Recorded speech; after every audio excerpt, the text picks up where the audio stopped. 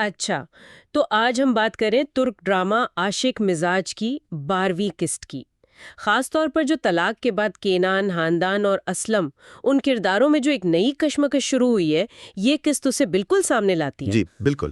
اور آج ہم صرف کہانی نہیں دہرائیں گے، بلکہ کوشش کریں گے کہ ان واقعات کے پیچھے کیا چل رہا ہے، کردار کیوں ایسے فیصلے کر رہے ہیں، ان کے جذبات کیا ہیں، اس سب کو تھوڑا گہرائی میں سمجھیں۔ ٹھیک۔ تو دیکھتے ہیں کہ کینان کے اقدامات، پھر خاندان کا جو رد عمل ہے، اور اسلم جس نئی صورتحال میں ہے، یہ سب مل کر کہانی کو آگے کیسے بڑھاتے ہیں۔ تو چلیں شروع کرتے ہیں۔ سب سے پہلے تو کینان کا وہ 2 گھروں والا معاملہ سامنے آتا ہے، ایک خاندان کے لیے جی جسے وہ صاف منع کر دیتی ہیں، اور دوسرا گھر وہ اسلم کے ساتھ اپنی نئی زندگی شروع کرنے کے لیے۔ یہ اپنے آپ میں کافی ڈرامائی ہے نا؟ بہت زیادہ۔ اور خاندان کا گھر ٹھکرانا یہ بہت اہم ہے۔ دیکھیں، طلاق میں انہوں نے کچھ نہیں لیا، ہاں، اور اب وہ کینان کی کسی بھی قسم کی آپ کہہ لیں مدد یا احسان وہ قبول کرنے کو تیار نہیں، چاہے وہ گھر ہی کیوں نہ ہو۔ وہ جیسے اپنی آزادی پر، اپنی خود انحصاری پر زور دے رہی ہیں، صحیح۔ اور اسی لیے وہ کرائے کے گھر میں چلی جاتی ہیں۔ نسلیحان سمجھانے کی کوشش بھی کرتی ہیں، مگر وہ نہیں مانتی۔ اور پھر وہ چابیاں بھی واپس بھجوا دیتی ہیں، جو ظاہر ہے کینان کو بہت ناگوار گزرتا ہے۔ بالکل، وہ اسے ناشکری سمجھتا ہے۔ لیکن یہاں ایک اور دلچسپ بات ہے۔ کیا؟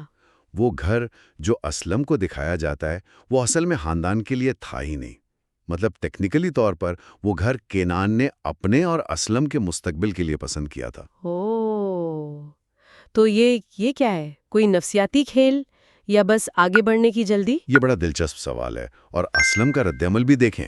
وہ شروع میں تھوڑی ہچکچاتی ہے، ہاں، وہ کہتی ہے نا کہ وہ خاندان کے سائے سے دور رہنا چاہتی ہے۔ جی، لیکن کینان اسے یقین دلاتا ہے کہ نہیں، یہ ہمارا گھر ہوگا، اور فوراً تالے تک بدلوا دیتا ہے۔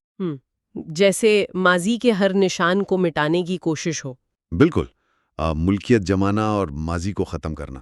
اور پھر کینان اچانک طلاق کے فوراً بعد اپنے دوستوں کو بلا کر کہتا ہے کہ میں شادی کر رہا ہوں۔ جی، اور وہ بھی 40 سال پرانے دوستوں کو۔ اور ان کا رد عمل؟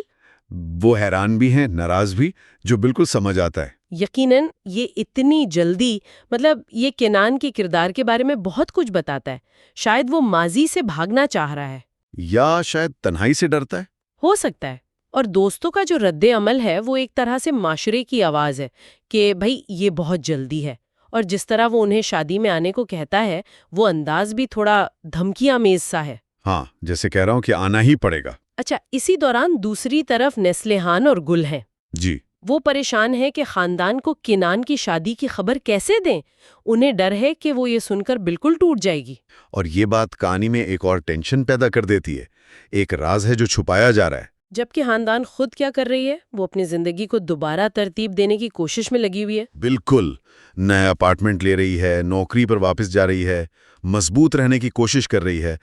اگرچہ نسلیحان سے بات کرتے ہوئے اس واقعے کا ذکر آتا ہے نا، جب اس نے غصے میں کینین کے مہنگے سوٹ جلا دیے تھے۔ ہاں، یاد ہے۔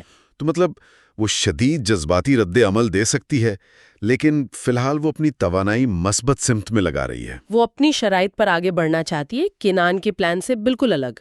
تو خلاصہ یہ نکلتا ہے کہ کردار اپنی زندگیوں کے نئے باب تو شروع کرنا چاہ رہے ہیں، لیکن ماضی کے فیصلے، وہ جذبات، وہ زخم، وہ سائے کی طرح ساتھ ہیں۔ جی، کینان کی تیزی، خاندان کی خود انحصاری کی جدوجہد، اسلم کی وہ نئی کچھ غیر یقینی سی پوزیشن، یہ سب مل کر ایک بہت ہی پیچیدہ صورتحال بنا رہے ہیں۔ تو پھر سوال یہ پیدا ہوتا ہے کہ کیا واقعی کوئی ماضی کے اثر سے، خاص طور پر جب اتنے گہرے رشتے اور جذبات شامل ہوں، مکمل طور پر نکل کر ایک نئی شروعات کر سکتا ہے؟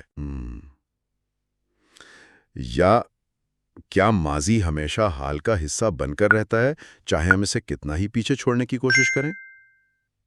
یہ ایک سوال ہے جس پر شاید سامعین بھی سوچنا چاہیں۔